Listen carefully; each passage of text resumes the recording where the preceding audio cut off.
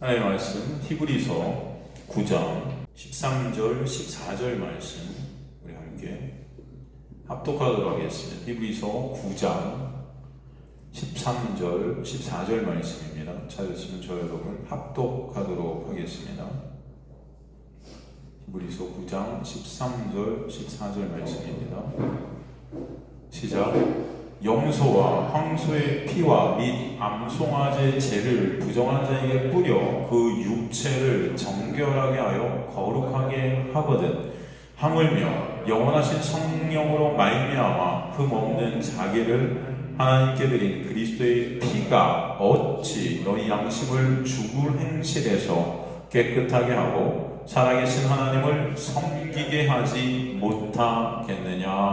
아멘. 하나님 감사합니다. 오늘도 생명의 진리의 말씀을 통해서 생명 되시고 길 되시고 진리 되신 예수 그리스도를 보게 하시고 알게 하시고 믿어지게 되어지는 귀한 역사가 우리 심중 가운데 있게 하셔서 오직 구원은 예수 그리스도의 놀라운 은혜로만 이루어지는 깨닫는 우리가 주님만을 찬송케 되는 귀한 역사가 있게 하여 주옵소서.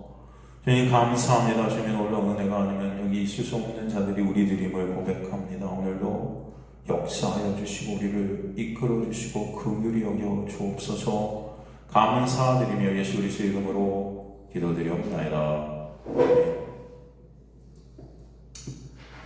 우리는 구약이라는 모형, 그 안에 들어있는 율법, 그 안에 제사제소, 제사장, 성막 안에 성소와 지성소, 그 안에 도구들, 그 모든 전체를 통해서 누굴 보고 있습니까? 예수를 보고 있죠. 성경은 우리에게 그 예수를 모든 구약 전체를 통해서 보여주시고 계시다. 그죠? 그 놀라운 은혜를 알게 되는 거죠. 그래서 예수께서 장래, 좋은 일, 이 장래 좋은 일이 뭐라고 그랬습니까? 그죠? 구원의 역사죠. 십자가에서 이루신 그 언약의 완성이죠. 그 구원을, 온전한 구원을 이루실 참 대제사장으로 이 땅에 오셨다라는 것을 우리에게 말씀해 주세요. 그리고 그 예수가 바로 온전한 뭐가 되신다?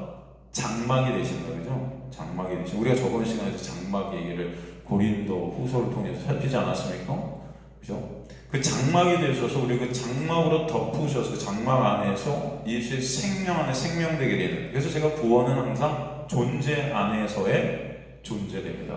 그 영역 안에서의 존재됩니다. 그래서 어떤 영역 안에 우리가 있는가. 그죠? 그래서 사도 바울도 서신서 전체에서 340번 정도가 엥크리스토스라는 예수 안에서라는 단어를 계속해서 쓰고 있다. 그래서 사도 바울이 왜 성령의 감동으로 그 단어를 계속 썼겠습니까, 여러분? 그것이 구원의 역사에 우리에게 설명해 주시는 거죠. 그래서 구약의 그 장막 안에서의 제사, 즉 염소와 송아지의 피가 아닌 예수의 보혈, 그 십자가의 놀라운 보혈의 생명의 은혜, 그 십자가를 통해 즉 예수님의 생명을 우리에게 부어주신 그 놀라운 은혜로 단번에 영원한 속죄를 이루셨다. 주님께서. 그죠? 그 말씀을 우린 저번 시간에 고린도후서 5장 1절 4절을 통해 다시 한번 살폈어요. 이 장막, 이 고린도후서 5장 1절에서 4절은 보통 저번 시간에 제가 말씀드렸지만 장례식장에서 이 땅에서 우리가 육이 죽으면 천국에 간다, 천국 장막 그런 걸 갖다 말씀하는데 그런 말씀이 아니다 그랬죠. 그런 말씀이 물론 그 말씀도 맞지 그치 없게 되는 거죠. 우리가 죽으면 하나님의 나라에 있겠죠. 하지만 그 말씀은 그런 말씀이 아니다. 이 옛 장막이 뭐라고 했습니까? 이 땅에 그 율법의 장막, 그죠? 수고하고 무거운 율법의 짐 때문에 뭐 할 수밖에 없다. 우리 거기서 탄식할 수밖에 없다. 그죠? 그 짐짓 탄식한다 그러잖아요. 그죠? 그런 인간들의 실존을 거기서 보여주죠. 그래서 그 탄식을 우리가 저번 시간에 살폈던 로마서 7장에서 정확하게 우리에게 말씀하잖아요. 오라 나는 공고한 자다. 그 옛 장막, 즉 율법의 장막을 예수 그리스도의 십자가를 통해 주님께서 어떻게 돼요? 무너뜨리신다. 그죠? 무너뜨리신다. 그리고 우리가 이제 예수라는 말씀이 육신이 되어 우리 가운데 거하심에 장막이 되어 주신 그 예수라는 장막 안에 있도록 끌고 그 예수의 장막으로 넣어지는 거죠. 이 십자가의 은혜죠.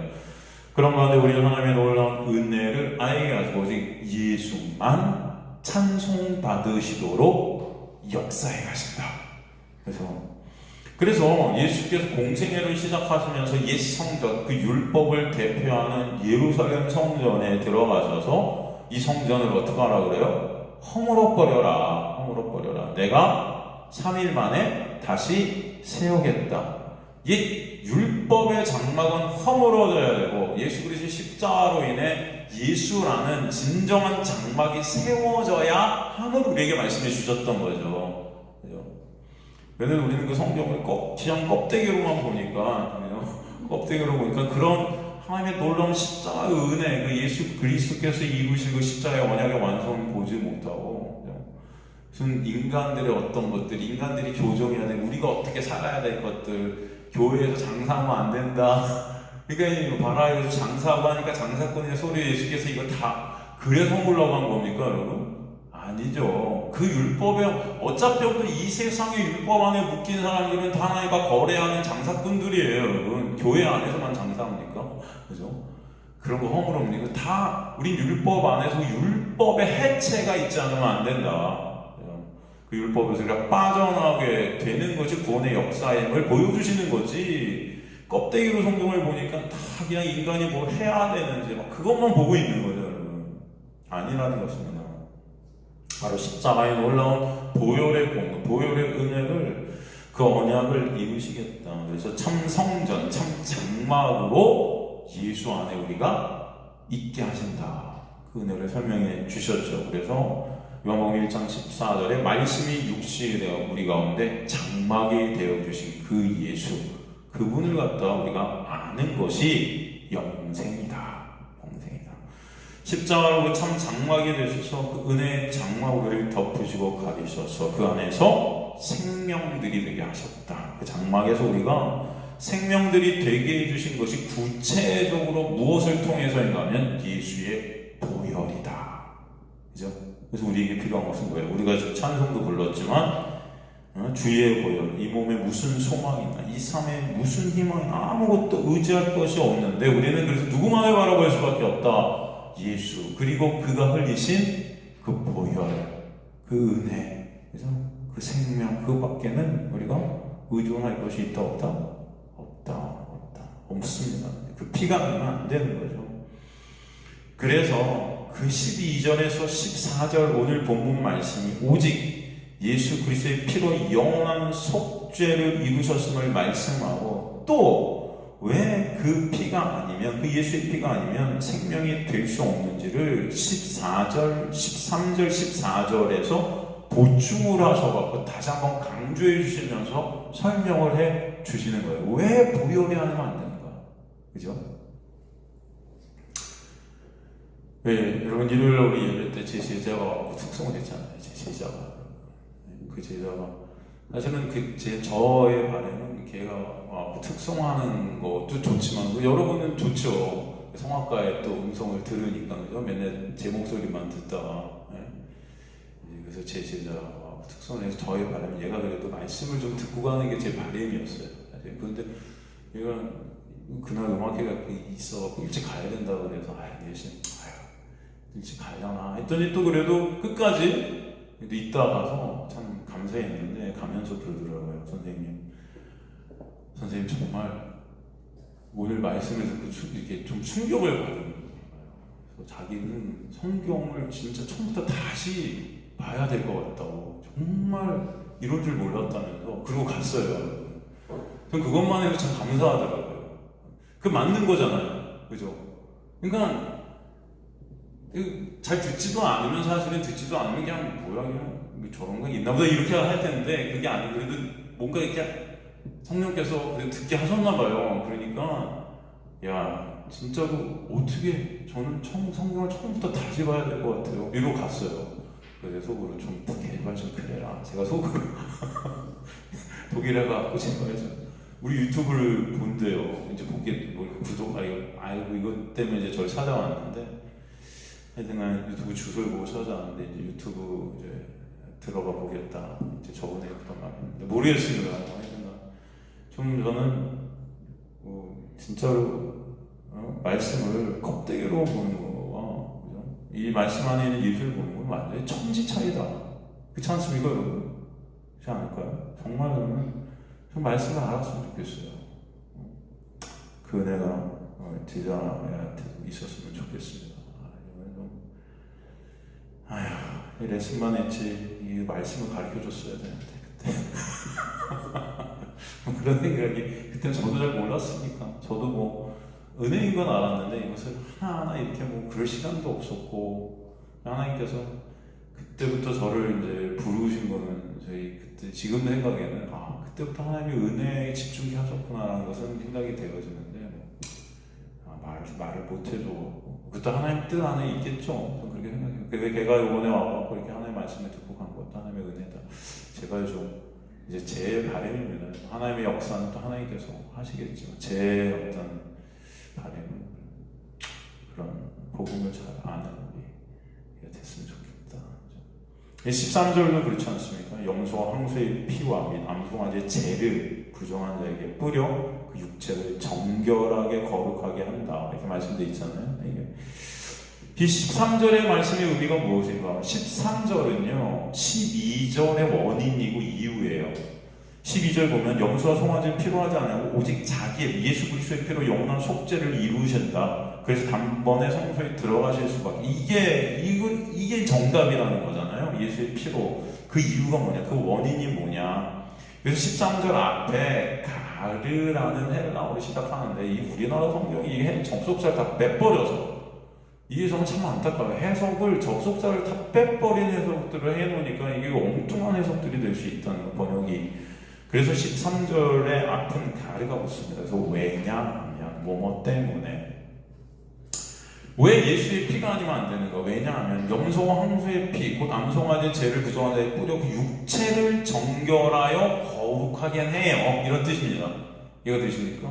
그러니까 육체를 정결하고 거룩하게 한다 이게.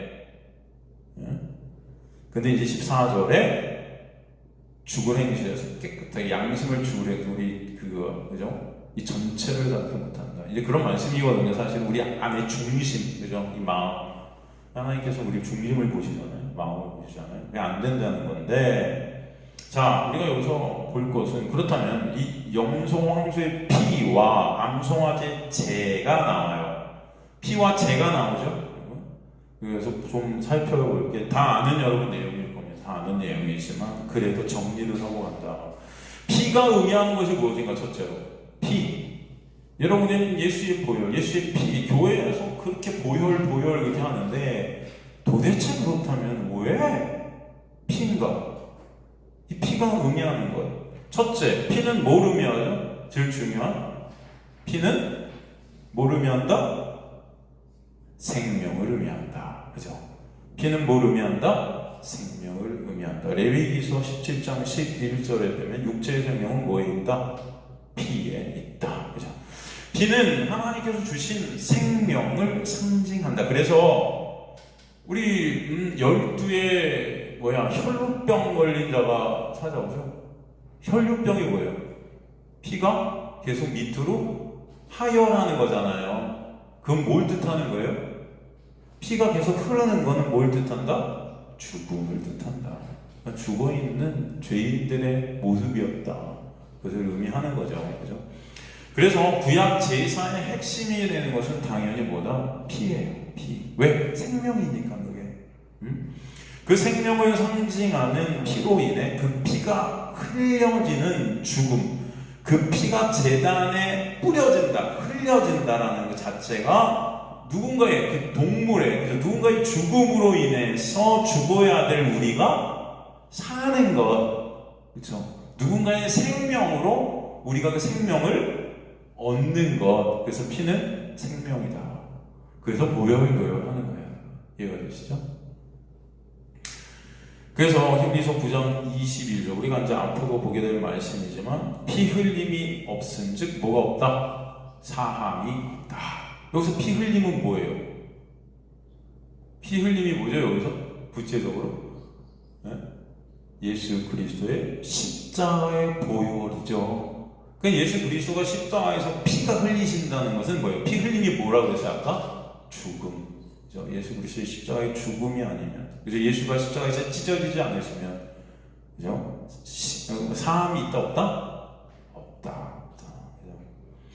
그러니까 참 생명이 되신 예수의 피, 그 생명은 오직 예수시기 때문에 참 생명이신 예수의 피가 흘려져야만 그 정결하신 피로 인해 그 죽으심으로만 인간은 생명 안에서 생명들이 되게 된다라는 말씀이죠. 그래서 피 흘림이 없은즉 예수 그리스도의 십자가의 은혜가 아니면 사함이라는 것은 있다 없다? 없다. 그래서 여기서도 우리는 예수를 보는 거지 다른 게 아닙니다. 그죠? 또 그러게 이 피를 구약에서 뭐로 상징하고 뭐로 표징하게 두셔야 되면은 언약인 거예요. 이 피는 언약. 그래서 출애굽기 24장 8절에 보면 모세가 피를 뿌리면서 뭐라고 하냐면 이는 여호와께서 너희에게 세운 무의 피다? 언약의 피이다. 그런 거예요. 그래서 예수께서 성찬식을 하시는 마지막 만찬 때도 이게 너희가 마셔야 될 그 언약의 피. 그죠? 그건 뭐예요? 그 언약이라는 게 뭐예요, 결국은? 하나님께서 그 언약의 피라고 하신 그 언약은 뭡니까? 예수 그리스도를 통해서 이루실 구원의 은혜잖아요. 창세 전에 이미 에베소서에 보면 우리의 구원을 예수 그리스도로 말미암아 그 아들의 죽으심으로 말미암아 이루시는 게 하셨다는 것을 이미 정해놓으셨잖아요. 그걸 약속이라고 그러죠. 그 이루시는 거예요. 누굴 통해? 예수를 통해. 그게 언약의 피, 예수의 생명을 주셔서 그 언약을 다 이루신다. 그죠? 예수의 그 언약은 그래서 십자가에서 그 보혈의 피를 흘리심으로 언약의 완성이 되었다. 그래서 예수께서 인자의 살을 먹지 않고 인자의 피를 마시지 아니하면 너희 속에 생명이 있다 없다? 없다. 그죠? 곧 이 말씀은 예수만 생명이다. 누구만 생명이다? 예수만 생명이다. 그 생명 되신 예수의 피 흘림, 그 죽으심으로 그 십자가의 은혜로만 죄로 죽은 인간은 다시 생명을 얻을 수 있다 말씀해 주시는 거죠. 그러기에 유월절에서 그 유월절 양의 피를 문설주와 문방에 바르게 되고 그 안에 있는 자들만 살게 되는 것이 의미하는 것이 예수의 보혈, 즉 예수의 생명 안에 거하게 된 자들만, 즉 그 피를 믿게 된 자들만 살게 된다. 예수만 생명임이 깨달아진 자들, 내가 한 어떤 행위도, 내가 한 어떤 것도 그 생명이 될 수 있다 없다? 없음을 알게 된 거죠. 그 보혈만을 의존케 되는. 성경 전체에서 이 피는 결국 예수의 보혈이고 예수의 생명이다. 그죠? 즉 예수만 참 생명 되시고 그러기에 예수의 피 흘림 그 죽으심으로 인한 십자가의 언약의 완성 안에서만 죄된 인간은 생명이 될 수 있음을 성경 전체를 통해 계속해서 우리에게 설명해 주고 계신 거예요. 그럼 재는 무엇을 상징할까요? 아까 이제 피가 나왔고 재가 나오잖아요. 암송아지의 재할 때 그 재, 암송아지의 재, 특별히 스포도스 다말레오스라고 하는 이 암송아지의 재에 대한 말씀이 어디 나오고 있는가? 이게 어디 나오는지 아세요 혹시? 민수기서 19장 8절에 나오죠. 민수기서 19장 보면은 암송아지의 이 재라는 것은 구약에서 결례에 관한 제물로 쓰이죠. 결례는 뭐예요? 정결케 하는 그런 율법입니다.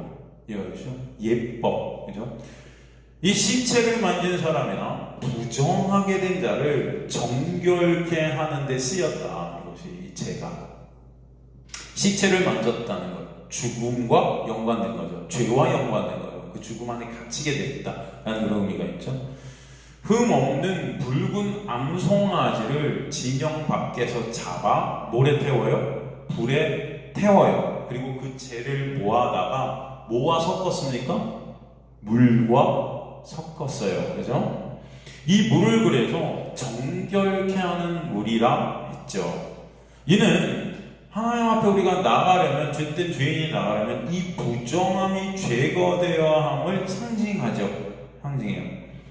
구약에서 그러기에 이 정결 예식에 이것이 사용되었다라는 것입니다. 붉은 암송아지가 불에 태워지는 것은 무엇을 상징하는 걸까요? 붉은 암송아지가 불에 태워진다는 것은 무엇을 상징하는 걸까요? 네? 죄에 대한 하나님의 심판으로 인한 이 죄라는 것의 소멸, 그죠? 그것을 의미하죠. 그렇다면 이 붉은 암송아지는 무엇을 또 상징할까요? 붉은 암송아지는 무엇을 상징할까요? 당연히 예수시죠. 이해가 되십니까, 여러분? 민수기서 19장 2절 보면 그래서 흠 없고 멍에를 매지 아니한 죄가 없고 율법에 갇히지 아니한 이 붉은색이라는 것은 당연히 뭐를 상징해요? 피. 그죠? 이해가 되십니까? 그죠? 복음입니다. 복음. 이 송아지, 이 붉은 피 송아지를 진영 밖에서 불사려요. 민수기서 19장 3절 보면 바로 누구도 예수도 진영 밖, 이것은 성문 밖입니다. 그죠? 성문 밖에서 뭘 당하셨다? 고난을 당하셨다. 이렇게 말씀하시잖아요. 바로 붉은 암송아지는 그래서 예수를 상징합니다. 즉 이것 전체가 예수 그리스도의 고난과 십자가를 의미한다. 거기서 우리는 심판받게 되는 건데 그 심판을 누가 당하신다? 예수가 당하신다. 그 십자가에서 그 육으로 인해 우리의 죄를 다 담당하시고 해결해 주시죠. 그렇다면 우리는 여기서 또 하나의 질문을 발생시킬 수밖에 없죠. 그 죄를 왜 물과 섞죠?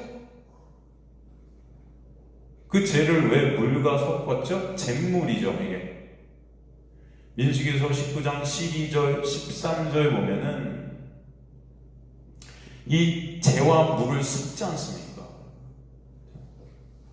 당연히 물이 주는 상징을 알면 우리가 그것이 이해가 될 거예요. 그죠? 죄는 뭘 상징했다? 심판을 상징했다. 불살라서 소멸시키는 거죠. 심판을 불살라.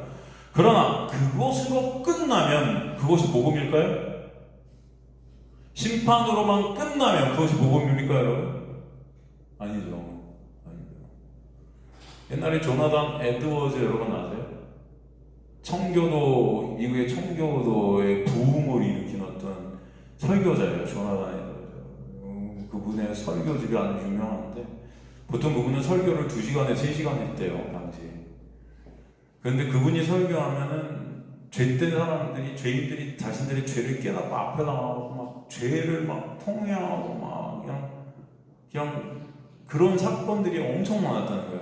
그분은 사람들 보지도 않고 그냥 돋보기 쓰고 이 설교 본문도 그냥 읽었대요. 이렇게. 그런데 워낙 인간의 죄된 그런 것들을 잘 파헤치고 성경에 역사하셔서 인간이 죄인들이 막 깨달아지는 거죠. 근데 문제는 그분의 설교집을 이렇게 보면은 죄에 대한 폭로, 인간의 어떤 죄에 대한 실존을 갖다 폭로시키는 데까지는 아주 좋아요. 심판이 일어나는 거죠. 그런데 그 이유가 없는 경우가 많아요. 무슨 말씀인지 이해가 되세요? 네? 그 이후에는 그럼 무엇이 와야 돼요? 예수 그리스도의 은혜. 결국 그 은혜가 중심이 되는 건데 폭로까지 오고 심판까지 온다. 그것은 여러분 그냥 죽음으로 끝나죠. 제가 항상 그래요. 구약으로 끝나는 설교는요, 그것은 그냥 죽음입니다. 많은 사람들이, 많은 설교자들이 구약을 설교하면서 끝을 예수 그리스도로 끝내지 못한다, 십자가로 끝내지 못한다. 그것은 그냥 뭐예요? 죽어라. 이거예요. 이해가 되십니까, 여러분? 그건 복음이 아니다. 대부분 많은 설교자들이 구약을 설교하면서 그냥 껍데기로 설교해. 이렇게 살아라, 그래서 이렇게 해라. 여러분, 그것은 죽어라예요. 왜? 그렇게 못하니까. 그러면 어떻게 되죠? 저주죠. 구약은 뭐예요? 하나님의 말씀을 지키면 복받고 못 지키면 저주받으니 이렇게 지켜라. 이렇게 못하면 끝나잖아요. 근데 인간들이 지켜요, 못 지켜요? 못 지키죠. 그래서 구약이 폐쇄되고 누가 오는 거예요? 신약이신 예수 그리스도가 오실 수밖에 없는 것을 알라고 주신 게 구약이잖아요. 이해가 되시죠? 그럼 구약을 설교했으면 반드시 어디에서 끝난다? 신약에서 끝나야 복음이다. 아시겠죠? 아유, 마찬가지입니다. 심판을 상징하는 그 불사름, 그러면 거기서 끝나면은 이것은 그냥 끝이에요. 멸망입니다. 그 죽음 안에서 끝나는, 거기에 뭐가 더해져야 된다? 물, 생수. 여기서 물. 이게 여러분 리빙 워터예요. 이 물이 그냥 물이 아니고 흐르는 물, 생수예요. 이게. 그래서 히브리어로 민수기서 19장 17절 보면 흐르는 물이라고 번역을 해놨지만 이게 히브리어로 하이마임이에요. 하이마임. 이 하이라는 것은 살아있는, 생명이 된, 소생케 하는 이란 뜻이에요. 이해가 되십니까? 그럼 물은 살아있는, 우리를 소생케 하는 물이다. living water, 영어로. 그러니까 이 불사름, 이 심판에 무엇이 더해져야 된다? 우리를 다시 소생케 되는 역사. 이해가 되시죠? 그래서 물은 또 무엇을 상징하죠? 신약으로 와서 그 물을 뭐라고 그러죠? 예수께서 그 물을 설명하시면서 이 물은 곧 성령. 그죠? 성령. 성령은 그리스도의 영이죠. 예수 그리스도의 십자가를 통해 우리 안에 누가 오시게 되는 거예요? 그 십자가로 심판이 일어나죠. 그 우리 육, 예수라는 육이 죽지만, 그래서 예수의 부활의 놀라운 은혜로 말미암아 우리 안에 이제 누가 오신다? 그 언약의 끈으로 부활된 자들 안에 예수 그리스도의 영이신 성령이 오시게 되는 생명의 역사가 일어난다. 그죠? 그래서 요한복음 7장 38절 39절 보면 생수의 강에서 그 생수가 바로 성령이심을 정확히 말씀하시잖아요. 예수라는 생수 안에서 생수들이 있게 하시는, 우리가 생수들이 되게 하시는 거예요. 그죠? 그래서 에베소 5장 26절 보면, 27절 보면 말씀으로, 그죠? 나의 실존을 보게 하시고 오직 예수만을 의존케 하시는 성령의 역사가 있게 하시는 거죠. 그래서 에베소서 5장 26절 27절 뭐라고 말씀되어 있습니까? 한번 가볼까요? 에베소서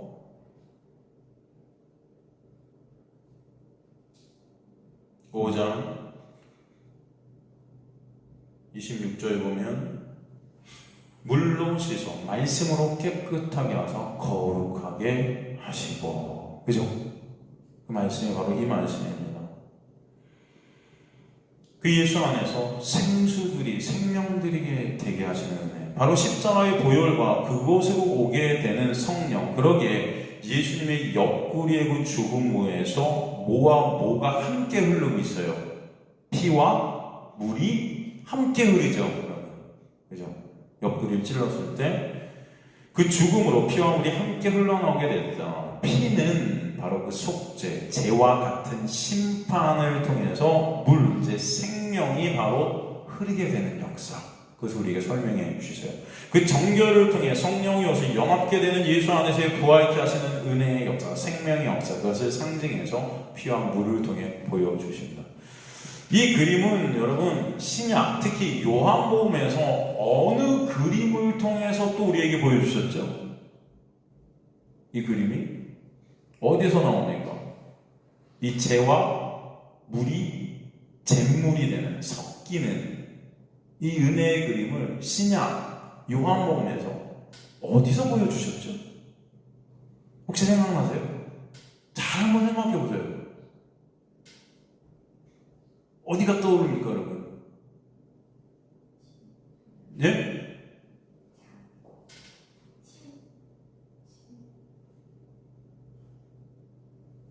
맞아요.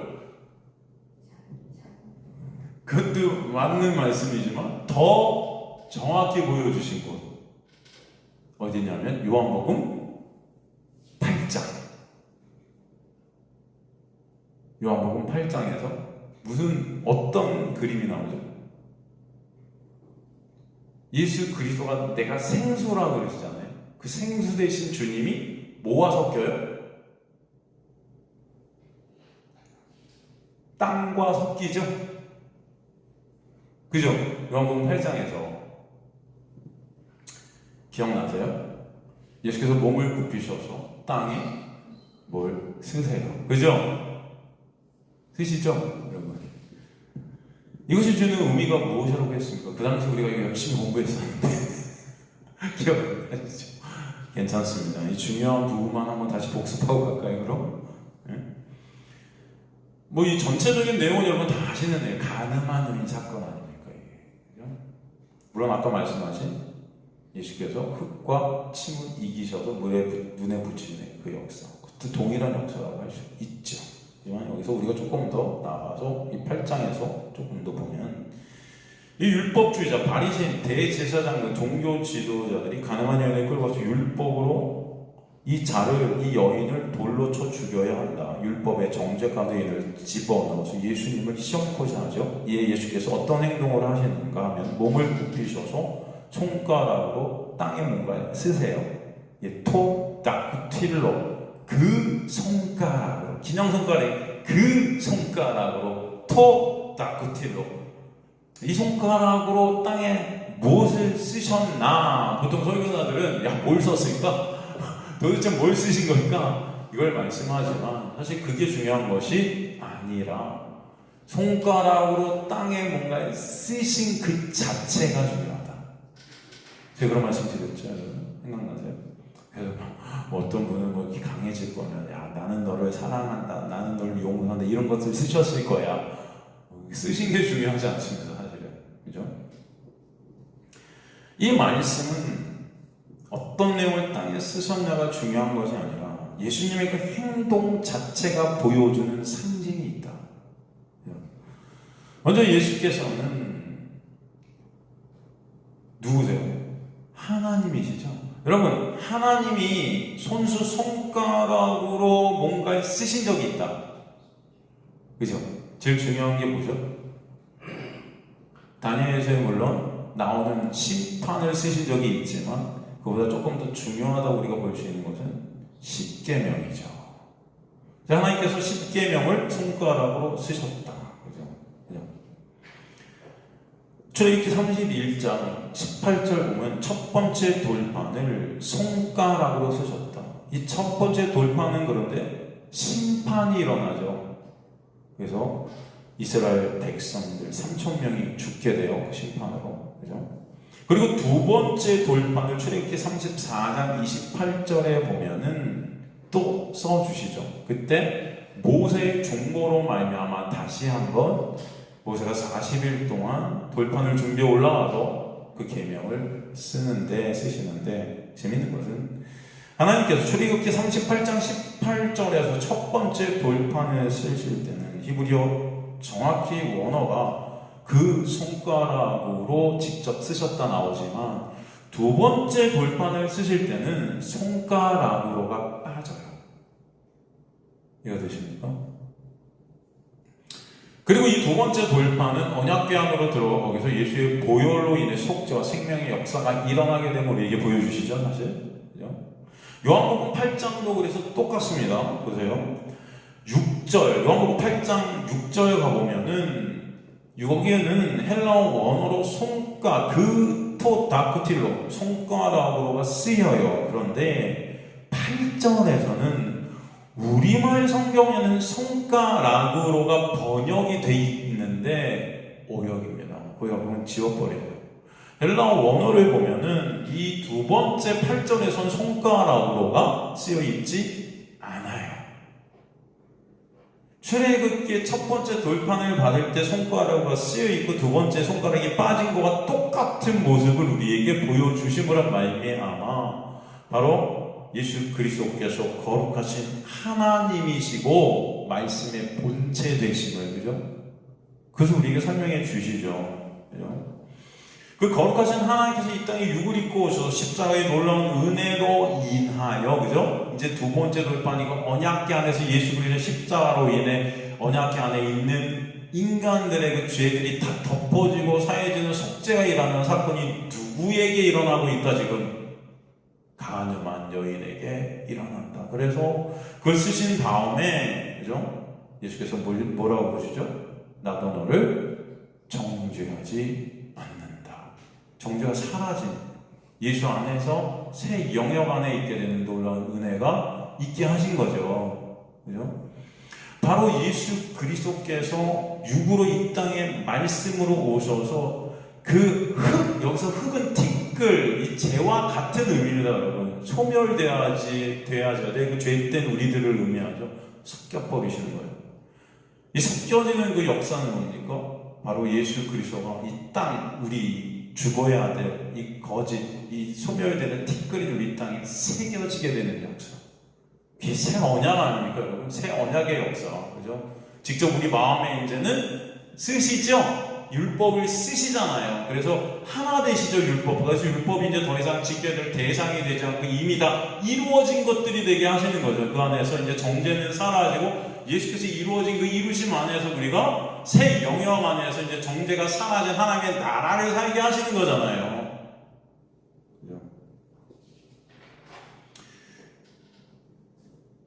그게 바로 예수의 놀라운 흙과 섞이셔서 그 죽은 흙과 섞이셔서 그 죽은 흙의 말씀이 새겨지게 하셔서 이제 주님과 연합된 새로운 생명 안에 있게 된 새로운 피조물을, 그래서 가늠한 여인이 이제는 더 이상 정죄가 없게 되는 은혜. 그죠?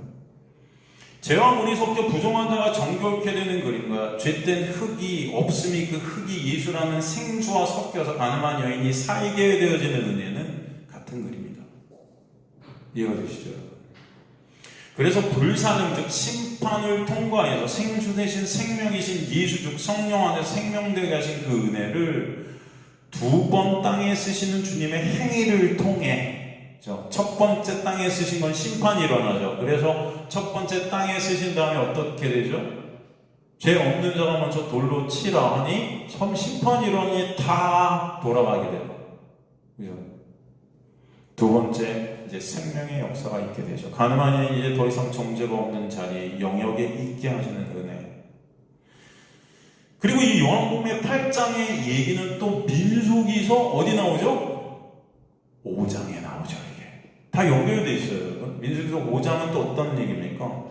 민수기서 5장에 나오는 얘기는 토기에 담긴 거룩한 물 이야기예요. 그죠? 여기도 뭐가 등장해요? 가늠한 여인이 등장하죠.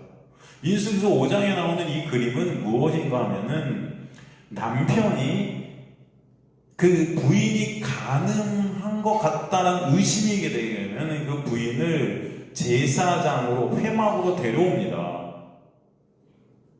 그리고 성소에 거룩한 물을 토기에 담고 회막 바닥에 있는 흙을 취해서 그 물과 섞어버려요. 그리고 그 여인에게 그 물을 마시게 하죠. 여러분 기억나세요? 그래서 만약에 그 여인이 가늠했다, 죄가 있게 되면 배가 불러 저주를 받습니다. 배가 붓게 되죠. 그러나 무죄하면 아무 일이 없고 깨끗함을 얻게 된다. 이 규례는 단순히 가늠한 여인을 판별하는 그런 얘기가 아닌 거예요, 사실은. 여기서 여인은 무엇을 상징해요? 교회를 상징하잖아요. 가늠은 뭐예요? 하나님 외에 다른 것을 의지하는 인간의 상태예요. 우리는 하나님만 절대로 의존해야 되는 하나님 절대 의존적 존재들인데 인간들이 다 하나님을 바라보지 않고 이 세상의 것들을 의존하잖아요. 그게 뭐예요? 나라는 신이 된 우상을 힘으로 삼는 인간의 우상됨 아닙니까? 여기서 토기에 담긴 거룩한 물이 무엇을 상징하고 있죠? 민수기서에서 나오는 토기에 담긴 거룩한 물, 이것은 뭘 상징하는 거예요? 토기, 이 토기는 뭐죠, 여러분? 인간의 육이죠. 그죠? 에베소서에 보면 우리가 뭐예요? 우리가 이게 깨진다 그러잖아요. 토기예요, 여러분. 그죠? 우리가 깨지면 깨지면 우리 안에 뭐가 드러난다? 보물 대신 예수가 드러난다 그러죠? 여기서 토기에 담겼는데 거기에 뭐가 담겨 있어요? 거룩하신 물이 담겨 있다. 이것은 뭘 뜻하냐? 육을 입고 이 땅에 오신 예수 그리스도를 뜻하죠. 이해가 되십니까?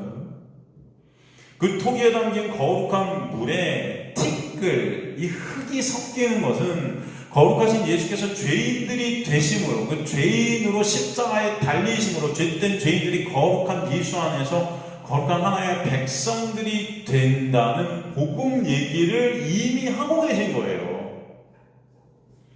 죄인들이 그 쓴물됨이 거기서 드러나게 되고 그 쓴물이 그 놀라운 은혜로 단물들이 되는 마라 얘기, 이게 여기서 벌써 나오는 거죠. 우린 다 가늠한 여인과 같은 자들인데, 그래서 저주받아 죽어야 될 자들인데, 예수께서 그런 우리와 섞여주셔서 그 예수의 빛 안에서 가늠한 여인됨이 드러나는 우리 실존이 깨달아질 때 우리 누구만을 바라봐야 돼? 예수 그리스도의 십자가의 보혈 뿐이 우리가 살 길이 없음을 알게 하시는 거죠. 그 십자가에 찢겨야 될 우리로 예수께서 찢기셔서 우리가 받아야 될 정죄를 주께서 다 받으시고 가늠한 우리가 거룩한 하나님의 백성들로 회복되어지는 이 복음의 얘기를 민수기서를 통해서 보여주고 계신 것이죠. 이게 가늠한 여인 판별법을 통해서 알라는 것입니다. 그것을 요한복음 8장에서 예수께서 땅에 첫 번째로 티끌과 합쳐지심으로 가늠한 여인을 끌고 온 자들이 다 쓴물들임이 드러나게 하시고, 그러므로 자신들이 실존을 못 보는 그들이 다 떠나는 거예요. 멸망하는 심판받는 저주받은 자들의 모습을 처절하게 보여주십니다. 그러나 그 은혜가 임한 가늠한 여인은 자신의 실존이 깨달아지죠. 그래서 오직 누구만을 바라볼 수밖에 없다는 것을 알게 돼요.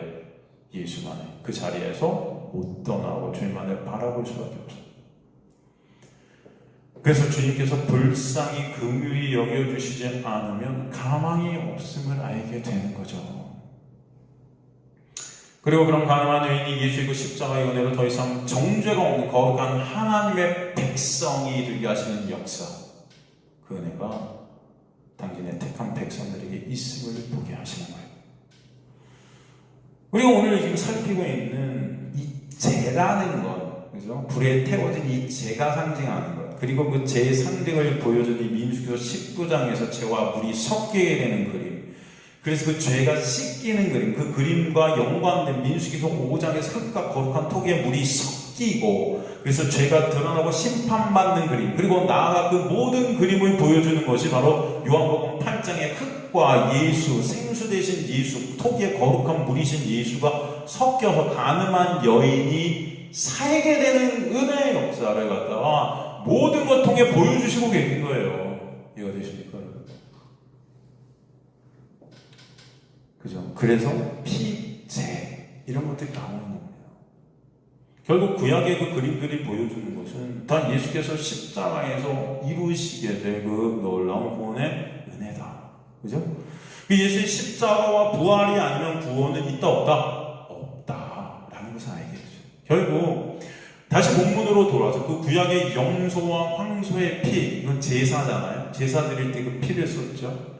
및 암송아지의 재, 이것은 뭐예요? 부정한 자에게 뿌리는 정결 예식, 이것들은 그 육체만 깨끗하게 할 수 있다 그래요. 그죠? 그 육체만 깨끗하게 할 수 있다. 이게 헬라어 원문을 보면 프로스텐테스, 사르쿠스, 카타조에타 이렇게 되어 있어요. 우리나라 성경에는 그 육체를 정결하게 하여 거룩하게 한다 이렇게 번역되어 있잖아요. 그죠? 보면은 그 육체를 정결하게 하여 거룩하게 하거든. 그래서 이 해석을 딱 보면 여러분 어떤 생각이 드냐면, 아, 그래도 정결하게 한다. 사람들은 그 육체라는 것이 뭔지도 사실 생각하지 못해요. 네? 왜? 예수한테 관심이 없으니까 성경을 그냥 통독만 할 줄 알지, 통독한 것이 의가 돼서 나는 맺독했다 이것만 중요해. 우리나라는 가만히 보면 그렇지 않아요? 그래갖고 맨날 옛날에 보면 어떻게 하면 빨리 통독할까? 그죠? 테이프 틀어놓고 그것도 2배속 하면서 10번 통독하면 나는 무슨 10번 통독했어. 너 몇 번 했어? 난 교회 가면 막 통독도 막 쓰는 거, 글쓰기가 유행했어요 한때. 그래갖고 필사라고 하나요? 그거 필사한 걸 또 가복을 물려준다고 교회마다 그 필사한 것들 다 앞에 전시해놓고, 복도에 전시해놓고 가면서 야 이거 누가 했지? 누가 이거 글씨 봐. 그리고 그거 다 물려. 진짜 엉뚱한 짓들을 하고 있는 인간들은 참 대단해요, 여러분. 네? 필사를 왜 해요? 그 안에 있는 뜻이나 좀 알았으면, 알고 필사하면 또 몰라. 그것도 모르면서 그냥 필사 드립다 하면은 그냥 나는 하나의 백성인 거예요, 여러분. 난 성경을 내 손으로 기록했어. 네? 그 예수님의 손으로 쓰신 그것을 지가 되려고 하는 거죠. 난 내가 썼어, 내가. 이거 내가 썼어. 다 하나님들이에요. 아주 너무 웃기죠. 여기서 여러분, 육체를 깨끗하게 한다는 사실 프로스라는 헬라어 접속사를 딱 넣어서 여러분 육체를이 아니에요. 이거 잘못된 해석입니다. 육체만 이런 뜻이에요. 이 프로스라는 이 헬라어는요, 프로스텐테사르코스라는 것은 이게 뭐냐면은 육체까지만 이런 뜻이에요. 이해가 되세요? 육체까지만. 즉 육이라는 건 뭐예요? 사르코스. 우리가 입고 있는 육은 뭘 뜻해요? 겉모습. 그죠 여러분? 우리 얼굴 보면 그냥 번지르르하다 그러잖아요. 야, 뭐 생긴 거, 쟤네 생긴 건 저렇게 번지르르하는데 왜 저러니? 하는 짓을 보면서 생긴 거 완전히 딴판이네. 그리고 어떤 사람은 생긴 대로 논다. 이런 말 안 해요, 여러분? 생긴 대로 논다. 이 겉모습대로. 여기서 육체까지만 정결하게 할 수 있다. 이것들은 그러니까 우리 인간의 어떤 겉모습. 근데 성경에서 나온 이 겉모습이라는 건 뭡니까, 결국은? 이 육체라는 겉모습, 이건 뭐예요? 위장하는 거예요. 그걸 다른 말로 외식이라고 해요. 외식이 뭐예요, 여러분? 연극하는 거죠. 다른 사람들이 나를 어떻게 보는가? 멋져 보이고 거룩하게 보여서 칭찬받고 인정받고 그러려고 하는 인간의 영광을 위한 죄성이죠. 이거 위장이. 그렇게 내가 칭찬받고 나를 잘 포장하고 거룩한 자로 보이려고 하는 것들이 바로 이런 제사 행위, 결례 행위 이런 거였다는 거죠. 구약에도. 사실 하나님이 이런 것들을 준 것은 이것을 통해서 우리 누구만 유효함을, 예수 그리스도의 보혈만 유효함을 알라고 주신 것인데 인간들은 이런 것을 통해서 겉으로 위장해 버렸어요. 겉모습만 깨끗하게 해서 마치 그러면 나는 천국 백성이냐 착각하는 거죠. 지금 이게 교회들에서 하는 거예요. 이거 되십니까? 그래서 율법 지킴, 제사 지킴, 지금으로 보면 열심히 예배드리고 주일 성수하고 하나님의 말씀을 조금이라도 지키는 것 같고, 하나 암송해 갖고 그대로 실천하면은 말씀 지키면 마치 하나님의 백성인 양 내 자신을 착각하는 거예요. 그것으로 사람들은 인정하고 칭찬하고 그 영광을 스스로가 챙기려고 하는 것입니다. 그죠? 근데 문제는 죄된 인간은요, 이 겉모습이 자기 자신인 줄 착각한다는 거예요. 내가 어떤 행위를 딱 하잖아요? 그러면 진짜 그 실존은 쓰레기 같은데도 어떤 한 괜찮은 듯한 행위를 딱 내놓으면 그 행위가 나인 줄 착각해요. 무슨 말씀인지 이해가 되세요, 여러분? 응? 아닌데. 그래서 그런 어떤 말씀 몇 개 지켜놓고 마치 다 지킨 양 너스레 떠는 우리의 모습들이 있어요. 10계명 조금 한두 개 좀 지켜놓고 다 지키지도 못하면서 한두 개 조금 지키는 것 같아요. 아, 주일날 난 예배를 안 빠져. 예를 들어서 난 주일날 예배를 안 빠져. 그럼 나는 마치 하나님의 백성 같아. 응? 예배 내내 옆에 있는 사람 욕하고 앉아있으면서도 난 예배를 안 빠졌어. 그러면 하나님의 백성이야. 무슨 말씀인지 이해가 되세요, 여러분? 응? 아니라는 거예요. 착각입니다, 착각. 그러니까 신이 된 우상이 된 인간이 이 위장, 이 외식을 통해 진짜 자기 자신이 그런 외식을 하면서도 그걸 몰라요. 착각해요. 그러니까 멸망하는 거예요, 그것을. 그게 눈이 가리고 귀가 막힌 못 보는 겁니다.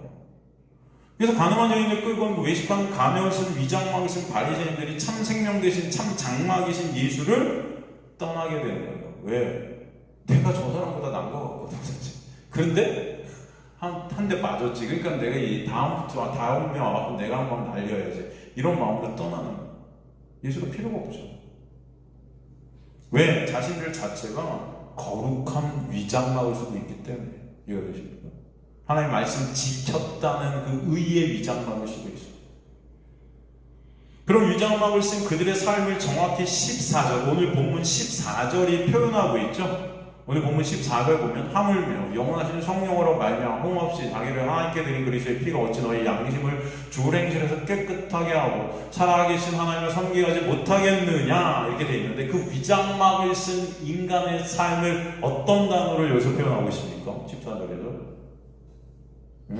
그 바리새인들의 행태 어떤 단어로 표현하고 있죠? 죽은 행실이다. 아시겠습니까 여러분? 이 죽을 행실의 의미가 바로 하나님의 은혜를 모르는 상태에서 내놓는 인간들의 행위들이에요. 하나님의 은혜를 모르는 상태에서 율법을 지켜 자신들의 의를 하나님을 섬기고 있다고 착각하는 것, 이게 바로 죽은 행실이다. 겉모습으로 볼 때는 너무 거룩해 보일 수 있죠. 아름다워 보일 수 있죠 여러분, 그죠? 예배를 한 번도 빠지지도 않고 교회하고 열심히 뭔가 하고, 그러면 그것도 오해하다가 그러면 이제 예배 빠지라는 소리인가 목사님? 하여튼 너무 이원론적으로 생각을 해서 문제예요. 제가 말씀드리려는 요점이 문제를 보셔야 되겠죠?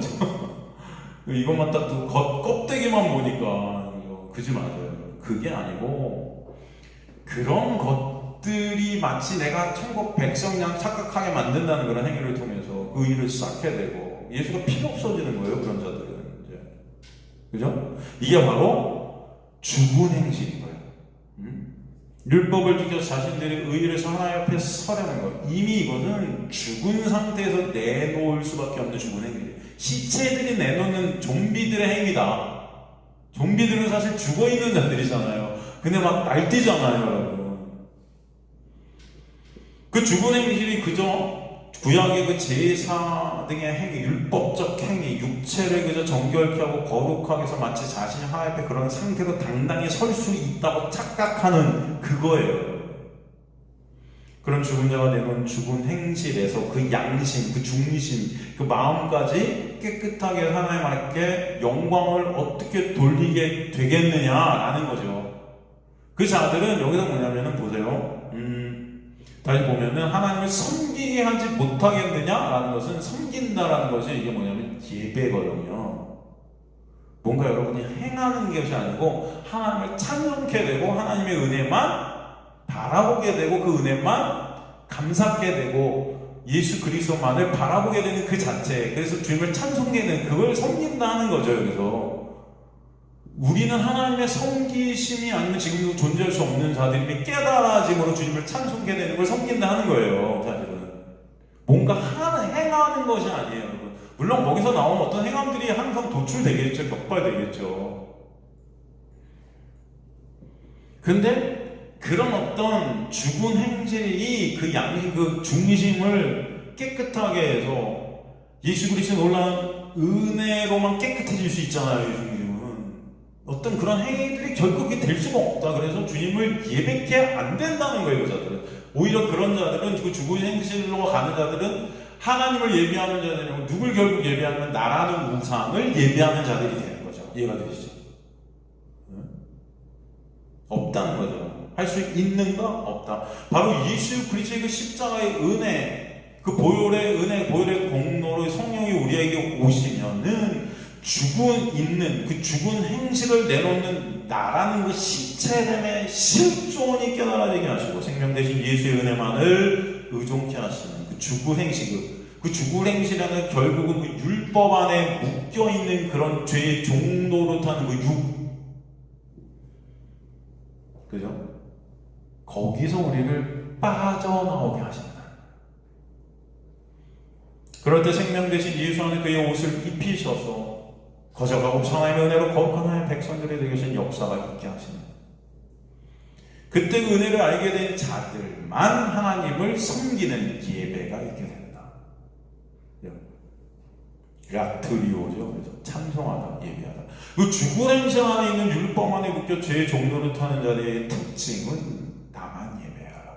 나만. 내 영광, 내 인정, 내 칭찬, 내 의.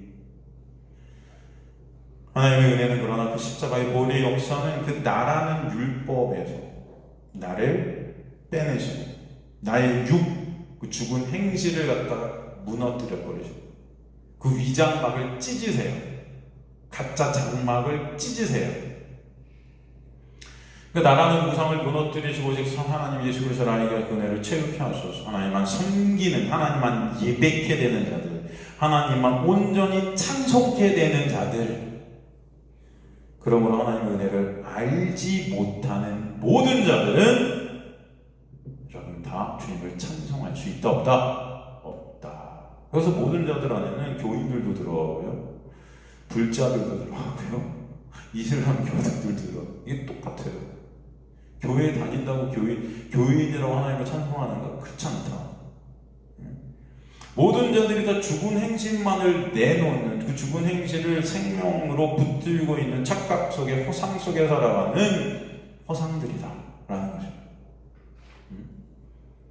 그러니까 요즘 여러분 교회나 절이나 장로들이나 설교가 똑같다. 그러니까 목사들이 절에 가서도 설교하고 스들이 교회 와서도 설교하고, 그죠?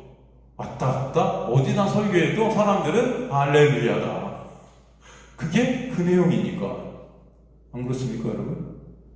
한번 생각해보세요. 목사들이 교회 절에 가서 여러분 예수의 보혈만 설교합니다. 십자가만 설교합니다. 어떤 불자가 듣겠습니까? 듣지 않죠. 그런데 목사들이 절에 가서 무슨 설교해요? 이렇게 잘 살아보세요, 이렇게 행해보세요, 이렇게 착하게 살고, 이게 선한 일들을 하고, 그죠? 예수 본받고 부처 본받고 다 똑같아요.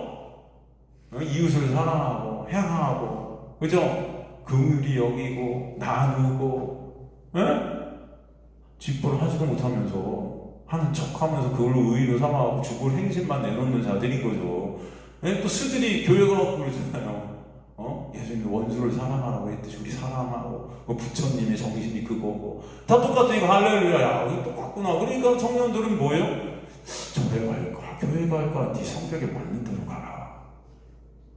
정답은 뭐다? 네 성격이 잘 융합되는 곳에 가라. 그렇지 않습니까?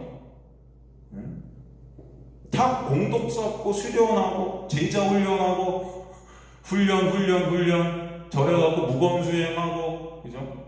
기도 간절히 하면 다 이루어 주시고, 여기 제가 그랬죠. 저 앞에 세 가지 소원을 이루어 주시는 부처님. 간절하면, 그분 설교 제목이 간절하면, 간절히 기도하면 이루어진다. 1시간 동안 간절히 기도하면 이루어진다. 저는 이렇게 눈 감고 이렇게 듣고 있으면요, 이게 교회인지 절인지 도저히 모르겠어요. 왜냐면 요즘 교회에서 설교하는 것도 가다 보면 그러죠. 기도가 움직인다. 기도하는 교회는, 기도하는 성도는, 기도하는 하나님이 이루어진다. 교회에 붙어 있는 거거든요. 근데 절에도 똑같아요, 여러분. 간절히 기도하면 이루어진다. 제가 볼 때는 그냥 부처, 예수, 하나님만 이름만 바뀌었지 다 똑같아요. 다 죽은 행실로 내놓는 종교놀이다. 이해가 되십니까? 그렇지 않아요? 제 말이 틀렸으니까 맞습니까? 한번 생각들을 곰곰해 보세요. 맞는 것 같지 않아요? 맞는 것 같지 않는 게 아니고 맞아요. 맞는 거예요. 그러니까 여러분 그냥 고민하지 마세요. 너무 그냥 절에 가세요. 어느 교회 갈까 고민하지 말고 절로 가세요. 저는 훨씬 더 좋은 것 같아요. 왜냐면 저도 절에 있는 사람들은 이렇게 시끄럽진 않아. 이 교회는 진짜 무슨 방언한다고 시끄럽고요. 뭐 이렇게 제가 제일 무서워하는 분들이 권사님들이에요. 그래도 아주 그냥 말들이 제일 많아. 여러분 뭐 어디 가도요, 아주 물건 깎아달라는 제1순위가 권사예요. 권사. 불자들은 안 그래요. 적어도 예의를 지키려고 하고요. 굉장히 이렇게 보면 이런 게 있잖아요. 예의가 있잖아요. 권사들은요 성격도 엄청 급해. 제가 보면 교회 권사들이 그냥 원천 그냥 나가갖고 그냥 탁탁탁 해야만 하나님은 자기 능력을 주신 것 같지만, 곡절에 능력을 주시고 막 십자가 갖고 먼저 붙들려고 막 싸움질하고, 기도 먼저 받으려고 막 싸움질하고 막 줄 쫙 서갖고 막 이러고 있고, 여러분 절로 가세요. 절로. 차라리 절에 가서 예의를 배우세요. 그 다음에 뭐 교회 와서 뭐 종교놀이를 하든 먼저 절로 가요. 또 이러면 또 목사가 또 절로 가라고 한다. 고민하지 마시라는 소리입니다. 다 똑같다. 제가 볼 때 똑같다 안 똑같다? 똑같다. 여러분 기독교는 그런 게 아니에요. 기독교는 오직 보혈입니다. 오직 예수예요. 오직 십자가예요. 오직 말씀인데 그 말씀을 율법으로 보는 말씀이 아니라 그게 죽은 행실이죠.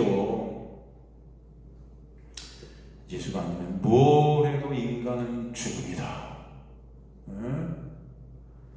아무리 여러분이 이뤄달라고 기도를 천번을 하든 천일을 지내든 솔로몬이 되든 여러분이 누가 다윗이 되든 예수 아니면 여러분 끝이다.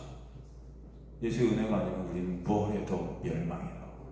아시겠습니까? 하나님의 말씀을 여러분이 토치 하나 틀리지 않고 암송하고 외우고 지키고 1000번을 낭독을 하고 필사를 갖다 100번을 했다 해도 안 돼요. 예수의 은혜를 모르면. 아시겠습니까? 그래서 오늘도 여러분 여기 와서 예수의 은혜가 뭔지를 알게 하시는 거예요. 말씀을 통해서 예수를 보라고요. 아무리 착하고 선한이라고 교회를 몇 개 세워도요, 도덕 윤리적으로 거룩해 보여도요, 예수 아니면 끝이에요. 마더 테레사가 천국 갔을까요? 몰라요. 예수 아니면 끝인 거예요. 마더 테레사가 예수 그리스도만을 붙잡고 있어야, 그죠? 그 은혜가 아니면 안 되는 자신의 실존을 아는 자가 되는 그 가난한 마음, 그죠? 그 푸토곳의 가난함이 그녀에게 있었다면, 그죠? 그러면 천국 백성이겠지만 그런 게 아니고, 그죠? 그가 한 행위들, 그녀가 한 행위들 어떤 성녀라고 그러잖아요. 그런 여자가 어딨냐, 그죠? 마더 테레사 그렇잖아요. 근데 그렇다고 천국 간다? 못 간다. 근데 마치 마더 테레사는 천국 가는 것처럼 말한다면 그것은 여러분 죽은 행실인 거예요. 다. 이해가 되십니까? 예수의 은혜가 아니면 그 어떤 자도 가망 없다. 그러기에 하나님 택한 백성들은 반드시 말씀을 통해 예수를 보고 알게 되고 그 보혈의 은혜만 유효함을 깨닫게 하세요. 아시겠습니까? 그 복음을 전하는 자들을 만나게 하세요. 그래서 이디오피아 내시가 여러분 누굴 만나요? 빌립을 만나게 하신 거예요. 빌립이 사마리아에 가서 그 부흥을 일으켰음에도 거기 놔두지 않고 빌립을 갖다 다시 사막으로 내모셔서 거의 80km를 걷게 하세요. 거기 누가 있었어요? 이디오피아 내시. 그 내시를 만나서 뭘 전하게 하세요? 복음을 전하게 하시고 그 내시가 복음을 듣게 하시는 역사. 그죠? 그 역사가 있게 하세요. 그래서 참 복음을 전하는 자를 하나님의 백성들을 만나게 되고 그 복음을 듣게 하시고 그 복음을 들음으로 예수 그리스도를 알게 하시고 예수를 아는 자들이 믿음 안에 있게 하시는 거예요. 그래서 믿음은 뭐에서 나고 들음에서 나고 들음은 뭐로 말미암습니다? 그리스도의 말씀. 그냥 말씀이 아니에요. 말씀을 그리스도로 보게 되는 그 놀라운 은혜. 그리스도의 말씀인 거예요. 아시겠습니까? 그냥 말씀이 아니에요. 말씀 전체가 다 그리스도이심을 깨닫게 하시는 거예요. 그 들음에서 믿음이 있게 하시는 역사. 그래서 모든 설교는 다 예수고 십자가고 보혈로 끝나게 하시는 거예요. 이해가 되죠? 그렇지 않고 절에서 스들이 설명하는 것 같이 뭐 살자, 뭐 이렇게 하자, 이렇게 하자, 저렇게 하자, 아니면 뭐뭐 하는 법, 은혜 받는 법, 기도 이루는 법, 기도가 발생되는 법, 무슨 뭐 기도의 능력을 받는 법, 기도가 이루어지는 법. 여러분 교회에서 다 그런 거 하잖아요. 강연하면 은혜 받는 법, 각절의 능력 받는 법, 하나님과 동행하는 법. 이걸 율법이라 그래요. 하여튼 그놈의 법. 하나님은 예수 그리스도를 통해서 그 법에서 우리를 빠져나오게 하셨는데 여전히 교회들은 법을 얘기해요. 그죠? 그래야 안 그래요? 그래서 뭐뭐 행하게 해요. 이렇게 행하면 그거 받는 거예요. 그걸 율법이라 그래요. 그걸 권선지가 인과응보라고 해요. 여러분 교회나 절이나 다 이 법들 뭐뭐 하자 뭐뭐 살자 다 죽은 행실들만 내놓고 있는 겁니다. 이게 그런 교회 가지 마세요. 그러니까 제발 차라리 절로 가세요.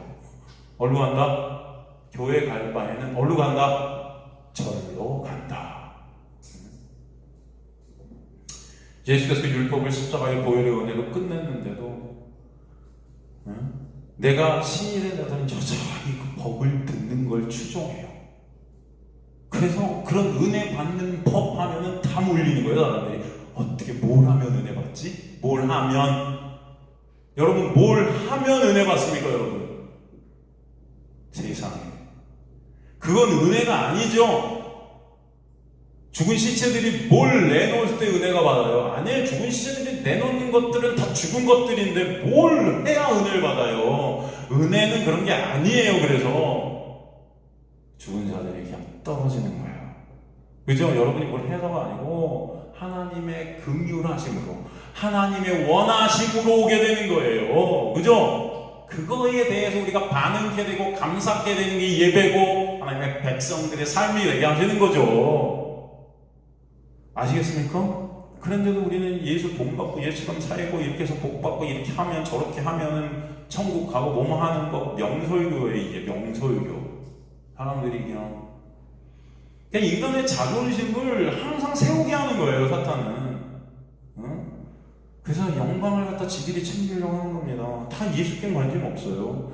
그래서 예수 십자가 얘기하면 다 자는 거예요, 인간들이. 그리고 이거 하고 저거 하고 이렇게 살고 저렇게 살고 뭐뭐 받는 법 얘기하면 눈이 동그래지는 거예요.